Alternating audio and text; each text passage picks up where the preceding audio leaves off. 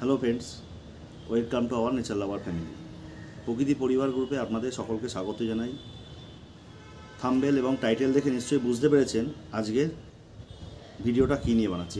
আজকের ভিডিওটা আমরা কেদারনাথ মন্দিরের যে ইতিহাস, সেই ইতিহাস সম্বন্ধে আপনাদের কিছু আলোচনা করব। আপনারা অনেকেই হয়তো কেদারনাথ মন্দির গেছেন এবং ইউটিউব বলুন, অন্য জায়গায় বলুন, কেদারনাথ মন্দির সম্বন্ধে অনেক ইতিহাস শুনেছেন, কিন্তু আজকে আপনাদের যে ইতিহাসটা বলবো, এই ইতিহাসটা হচ্ছে কি সম্পূর্ণ ইতিহাস। এই ইতিহাসটা আপনারা অনেকেই শোনেননি। 100% মানুষের মধ্যে 98 বা 99% মানুষ এই ঘটনাটা শোনেননি। কেদারনাথ মন্দির কোথা থেকে এলো, কিভাবে এলো, কত সালে উৎপত্তি, কারা তৈরি করেছে, ইত্যাদি আরও ইতিহাস। এবং কেদারনাথ মন্দিরকে আশেপাশে ঘিরে যেসব পাহাড় পর্বতগুলো আছে তাদের ইতিহাস আছে, শঙ্করাচার্য মন্দিরের ইতিহাস আছে, বিভিন্ন যেসব নদীগুলো বয়ে এসছে গ্লেসিয়ার থেকে ইতিহাস, আরও অন্যান্য অনেক কিছু ইতিহাস। সেই ইতিহাসগুলো নিয়ে আজকে আপনাদের সঙ্গে সেই বিস্তারিত আলোচনা করব। তো সঙ্গে থাকুন, দেখতে থাকুন আজকের এই কেদারনাথ মন্দিরের সম্পূর্ণ ইতিহাস। শুনলে আপনারা চমকে যাবেন যে এটা কি সত্যি? হ্যাঁ, আদৌ এটা সত্যি, অবশ্যই এটা সত্যি, কিন্তু অনেকেই জানেন না বলেই আজকে আমরা এই ঘটনাটাকে আপনাদের সামনে তুলে ধরছি। এই ইতিহাসটা পুরোটা দেখুন, পুরোটা শুনুন, তাহলে বুঝতে পারবেন। গুড মর্নিং নেচার লাভার, জয় শ্রী কেদার, হর হর মহাদেব, ওম নমঃ শিবায়। আজকে আপনাদের সাথে শেয়ার করব কেদারনাথের কিছু ঐতিহাসিক পুরনো ঘটনা। তো যাই হোক, দেখুন, আমাদের সঙ্গে থাকুন, আমি আপনাদের সাথে শেয়ার করছি সেই পুরনো ঘটনা। আপনাদের প্রথমে জানতে হবে যে কেদারনাথ মন্দিরটি 12টি জ্যোতির্লিঙ্গের মধ্যে একটি এবং অন্যতম। 12টি জ্যোতির্লিঙ্গ কী কী?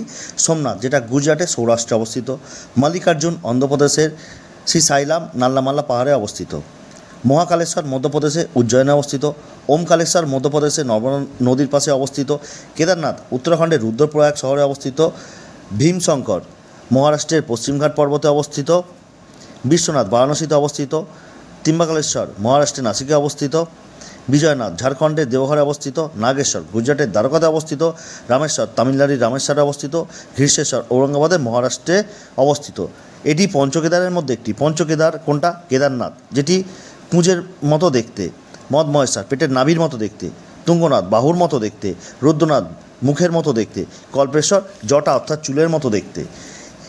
এই কেদারনাথ পাহাড়ের এখান থেকে অর্থাৎ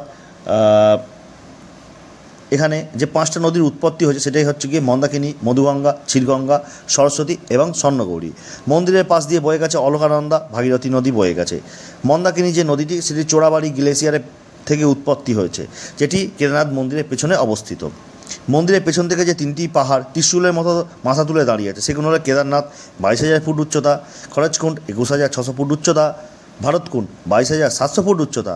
কেদারনাথ মন্দিরটি 85 ফুট উঁচু, 80 ফুট চওড়া, 12 ফুট চওড়া দেওয়াল এবং 6 ফুট একটি উঁচু শিলার ওপর বসানো হয়েছে। কেদারনাথ মন্দিরটি উত্তরাখণ্ডের হিমালয় কোলে রুদ্রপ্রয়াগ শহরে অবস্থিত। এটি প্রাচীন ধর্মীয় স্থান। বাবা কেদারনাথ মন্দিরটি সমুদ্রতল থেকে 3,584 মিটার অর্থাৎ 11,758 ফুট উচ্চতায় অবস্থিত। পুরাণ কথা অনুসারে কেদারনাথ মন্দিরটি 3100 খ্রিস্টপূর্বাব্দে পঞ্চপাণ্ডব নির্মাণ করেন, অর্থাৎ অষ্টাদশ শতাব্দীতে। পৌরাণিক কথা অনুসারে মহাভারত যুদ্ধের আগে পাণ্ডবরা যুধিষ্ঠিরকে হস্তিনাপুরের রাজ্যের দায়ভার গ্রহণ করতে বলেন। 4 দশক রাজত্ব করার পর পাণ্ডবরা একদিন কৃষ্ণের সাথে দেখা করে মহাভারত যুদ্ধ নিয়ে সমীক্ষা করতে থাকেন। এরপর মহাভারতের কুরুক্ষেত্র যুদ্ধ হওয়ার পর পাণ্ডবদের হাতে ভাতৃ এবং গুরু হত্যা হয়। এরপর পাণ্ডবরা নিজেদের অপরাধী মনে করেন। অনেক বছর কেটে যাওয়ার পরও পাণ্ডবরা এই মানসিক সমস্যা থেকে মুক্ত হতে পারছিলেন না।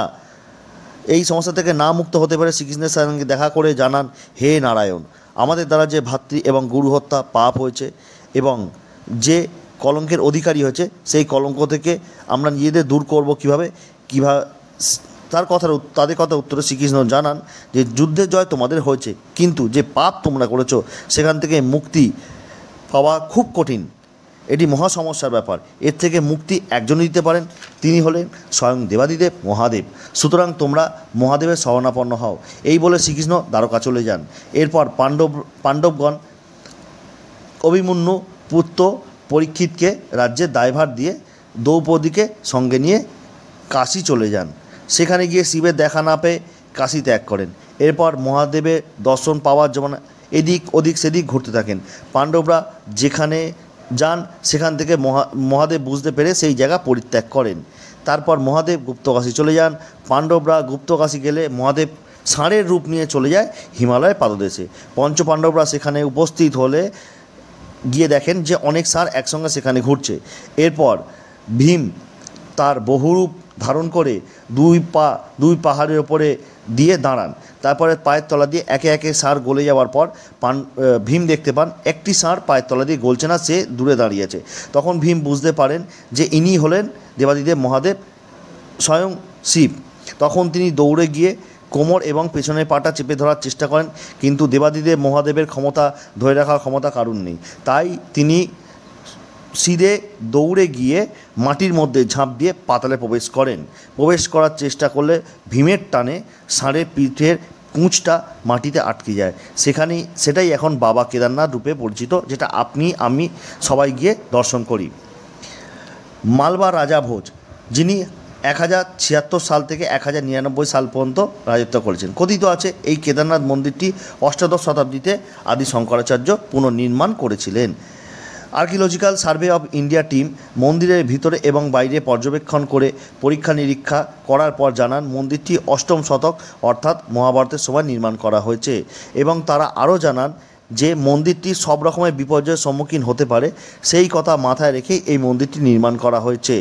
এই মন্দিরের দুই পাথরের মাঝখানে একটির ওপর একটি পাথর রেখে ইন্টারলকিং প্রযুক্তি ব্যবহার করা হয়েছে। মন্দিরটি এইভাবেই বানানো হয়েছে, এর জন্য কোনো বালি, সিমেন্ট, পাথর ইত্যাদি ব্যবহার করেনি। ইন্টারলকিং পদ্ধতি 1990 সালে হিলারি ফিশার পেজ নামে এক ফরাসি ব্যক্তি আবিষ্কার করেন।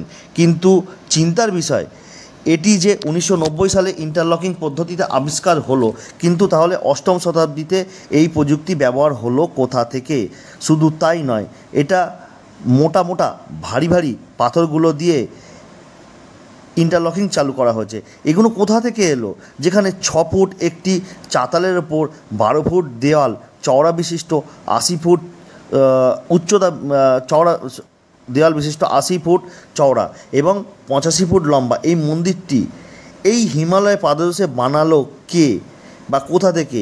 আজও পর্যন্ত তার হদিস কেউ কিন্তু দিতে পারিনি। 1300 থেকে 1700 শতাব্দী মন্দিরটি 400 বছর ধরে বরফের নিচে গ্লেসিয়ারের মধ্যে চাপা ছিল। গ্লেসিয়ার ছিল অনেক বড়, তারপর শুরু হয় গ্লেসিয়ার ভাঙা। তার সঙ্গে সঙ্গে পাহাড়ের ওপরে থাকা বরফের চাঁই ভেঙে পড়তে থাকে। এই সময়টাকে মিনি আইস এজ বলে চিহ্নিত করা হয়। দেরাদুনের Wadia institute of Himalayan geological বেশ কয়েকজন বৈজ্ঞানিকরা মন্দিরের বাইরের দেওয়াল অনেক হলুদ হলুদ দাগ দেখতে পায়। পরীক্ষা নিরীক্ষা করে জানাতে পারেন এই দাগগুলি শক্ত বরফে ঘষা খাওয়ার ফলে এই দাগের সৃষ্টি হয়েছে। এই মন্দিরটি অক্ষয় তৃতীয়ায় খোলা হয় এবং ভাইফোঁটায় বন্ধ হয়।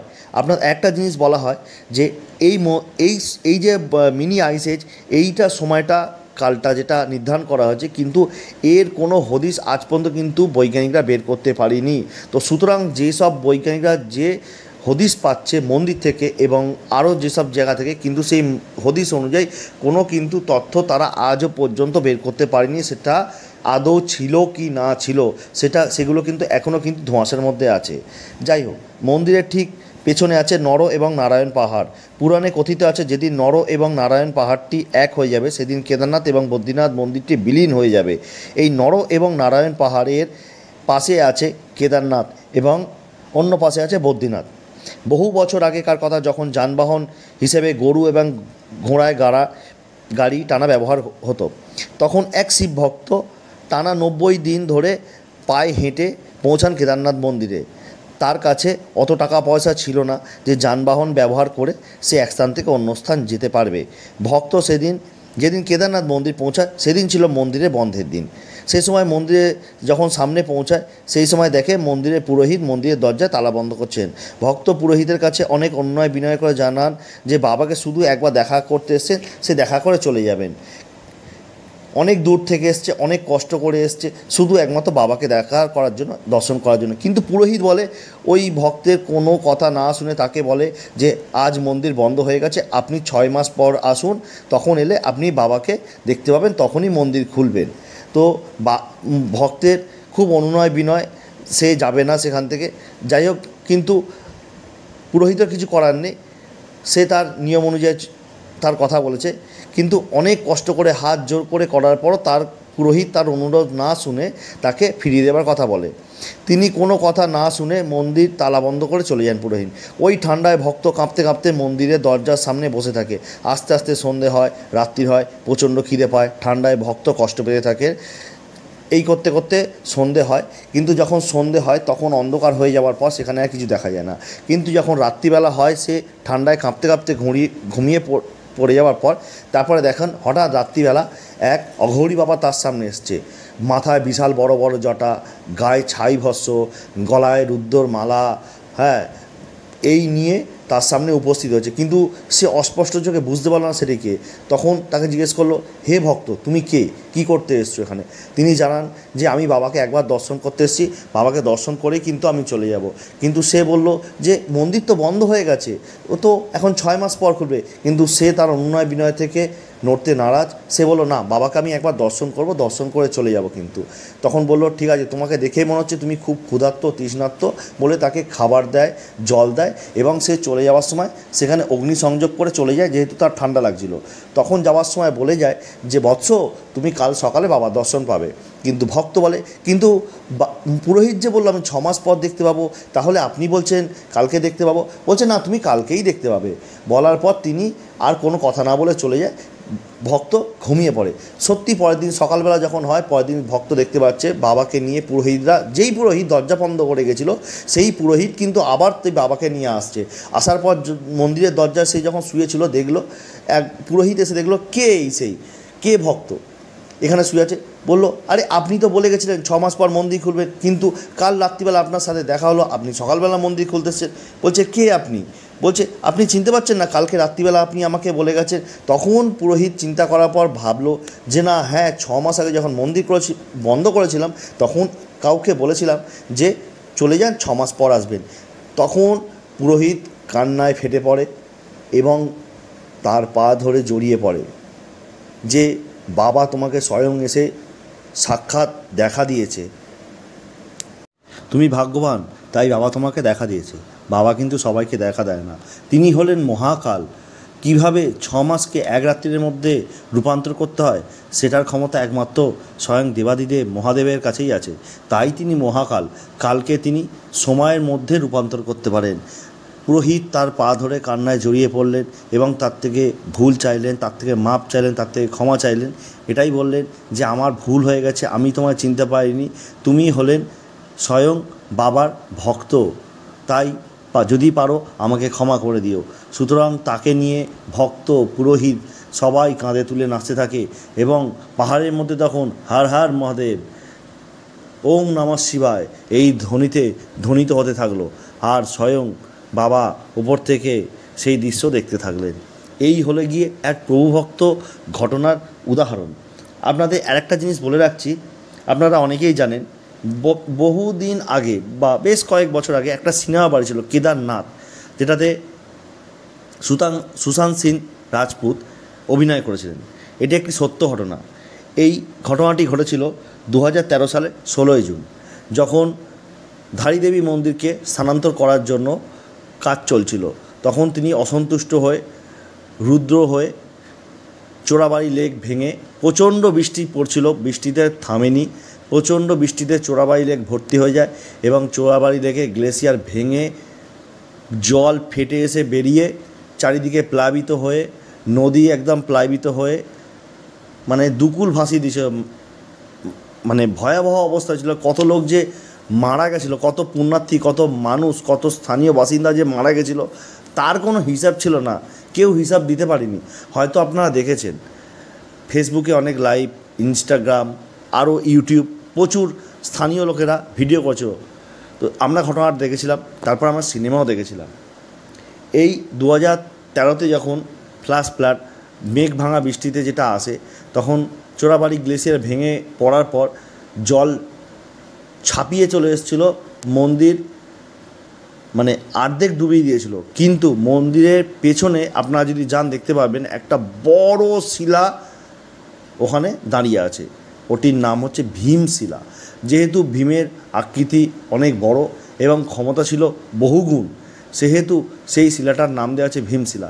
সেই শিলাটি রক্ষা করেছিল কিন্তু এই কেদারনাথ মন্দিরকে।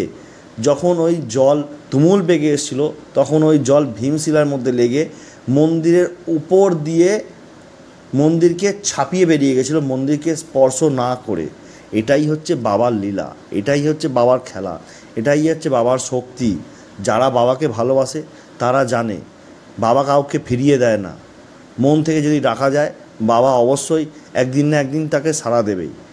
এই হলো গিয়ে কেদারনাথ এবং কেদারনাথ মন্দির এবং পুরাণ, ইতিহাস, পাহাড়, পঞ্চপাণ্ডব এবং নদী পর্বত সব একটা ইতিহাস। আপনারা হয়তো এই ইতিহাসটা খেপে খেপে থেকে থেকে টুকরো টুকরো করে বিভিন্ন জায়গায় শুনেছেন, কিন্তু এই ইতিহাসটা কিন্তু একবারে শোনেননি। আজকে আপনাদের এই ইতিহাসটা একবারে আমি শোনালাম। আপনারা অবশ্যই ইতিহাসটা শুনেছেন এবং আপনারা যেমন নিজে শুনেছেন, আপনারা চেষ্টা করবেন অন্যজনকে সেটা শোনানোর জন্য। অন্যজনকে শেয়ার করুন, শোনার সুযোগ করে দিন, ইত্যাদি। আর কিছুই নয়। আমরা চাই আমাদের ইতিহাস, আমাদের পুরাণ, আমাদের ধর্মগ্রন্থের কথা জনে জনে জানুক। এই ঘটনাগুলো হয়তো অনেকেই জানে না। তো যাই হোক, এই ঘটনাগুলো আপনারা যদি পারেন আপনারা শেয়ার করুন। আমার মনে হয় এই ঘটনাগুলো শেয়ার করলে অনেক ভালো হয়। আপনারা দেখতে পাচ্ছেন আমি মন্দিরের পেছন দিকে আছি আর আমি এগিয়ে যাচ্ছি অমৃতকুণ্ডের দিকে। এই যে মন্দিরের ঠিক একদম পেছন দিকে আছে অমৃতকুণ্ড, আর এখানে সাধুরা বসে বসে গাঁজা সেবন করছেন। আর আমি চলে গেলাম অমৃতকুণ্ডর দিকে। এই অমৃতকুণ্ড থেকে জল এই পুরোহিত দেন, এর জন্য কোনো টাকা পয়সা লাগে না এবং আপনারা স্বেচ্ছায় দিলে দিতে পারেন, কোনো অসুবিধা নেই। আপনারা সঙ্গে করে একটা বোতল নিয়ে যাবেন, এটি ঘরের মধ্যে রাখবেন। এটি খুব শুভ। এটি এক প্রকার যদি আপনারা বলেন এটা হলো মা গঙ্গা, যেটা এই কেদারনাথ মন্দিরের তলা দিয়ে বয়ে চলেছে। এরপর আমরা এগিয়ে চলে যাচ্ছি মন্দিরের দিকে। আপনাদের একটা আশ্চর্য ঘটনা দেখাচ্ছি। আমরা মন্দিরের ভেতরে বাবার মাথায় যে জল ঢালি, এটা তো অমৃতকুণ্ড আমি আগেই দেখিয়ে দিয়েছি। এরপর দেখাচ্ছি আমরা যে মন্দিরের ভেতরে বাবার মাথায় জল বা গোলাপ জল বা জল তুলে নিয়ে আসেন মানসিক করার জন্য বা মাথায় ঢালার জন্য। আমরা তো শ্রাবণ মাসে হোক বা অন্য সময় বাবার মাথায় যে জল ঢালি, তো সেই সময় তো জল ঢালি, তো বাবার মাথায় এসে এখানে আমরা জল ঢালমানোর তো হয় না। তো আমরা এরপর মন্দিরের ভেতর যখন ঢুকে মন্দিরে বাবার মাথায় জল ঢালি না, সেই জলটা কিন্তু আপনাদের দেখাচ্ছি একটা জায়গায় এসে জড়ো হয়। তো যাই হোক, এখন আমরা অমৃতকুণ্ড থেকে আমরা আস্তে আস্তে বেরিয়ে যাচ্ছি। এই যে দেখাচ্ছি মন্দিরে ঢোকার ঠিক পেছনের ডান দিকে, মন্দিরে ঢোকার পেছনের ঠিক ডান দিকে এই জায়গায় এই যে জলটা দেখছেন, এই জলটা কিন্তু এসে জড়ো হয়। আপনারা একখানা বোতল নিয়ে যাবেন, এখান থেকে এই জলটা সংগ্রহ করে নিয়ে আসবেন। এই সংগ্রহ করে নিয়ে এসে বাড়িতে রাখবেন। আপনারা চাইলে এই জলটা দিয়ে বাবার মাথায় জল ঢালতে পারবেন, পুজো করতে পারবেন, তবে এটা বাড়িতে রাখবেন, এটা শুভ।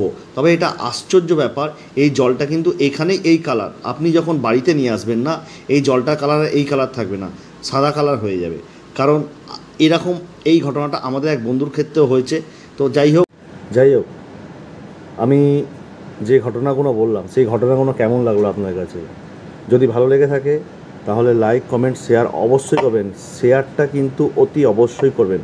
আপনারা যেমন পৌরাণিক ইতিহাস শুনেছেন কেদারনাথের বা কেদারনাথ মন্দির এবং তার সংলগ্ন বিভিন্ন জিনিসের ইতিহাস যে আপনারা শুনেছেন, আমি যেটা বলেছি আপনারা যেমন নিজেরা শুনেছেন, আপনারা দয়া করে পারলে অন্যজনকে শেয়ার করবেন, অন্যজনকেও জানার সুযোগ করে দিন।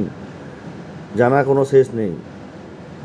আর সবথেকে বড় কথা হলো, পরবর্তীকালে বাবা যখন আমাকে টানবে আবার কেদারনাথের জন্য, যখন আমি কেদারনাথ যাব, তখন ওখানে মন্দিরের সংলগ্ন যারা থাকবে, সেবায়িত, পুরোহিত, বিভিন্ন ট্রাস্টের যারা মানুষ বা দায়িত্বপ্রাপ্ত যারা থাকবেন ওখানকার, আমি এই প্রশ্নগুলো তাদের করব এবং তারা কি উত্তর দেয় আপনি শুনবেন বা আপনারা শুনবেন সেটা, যে তারা কি বলেন। আমি যেটা বললাম সেটা কি আদৌ সত্য নাকি বানানো নাকি গল্প কথা। তো এটা আমি পরবর্তীকালে যখন কেদারনাথ যাব তখন কিন্তু এই প্রশ্নগুলো তাদেরই তুলে ধরবো। আপনারা নেক্সট যে কেদারনাথের ভিডিও আসবে, তাদের কথা আপনারা শুনে নেবেন। যাই হোক, আর ভিডিওটা বেশি বড় করব না, আজকের ভিডিওটা এই পর্যন্তই। ভালো থাকুন, সুস্থ থাকুন, ভালো করে ঘুরুন, আর নতুন নতুন আপনার জায়গা ডিসকভার করলে আমাদের কমেন্টের মাধ্যমে জানাবেন। আমরা চেষ্টা করব সেই সব জায়গায় গিয়ে সেখানকার ইতিহাস ইত্যাদি বিবরণ তুলে ধরার। ধন্যবাদ, সবাই ভালো থাকবেন, সুস্থ থাকবেন।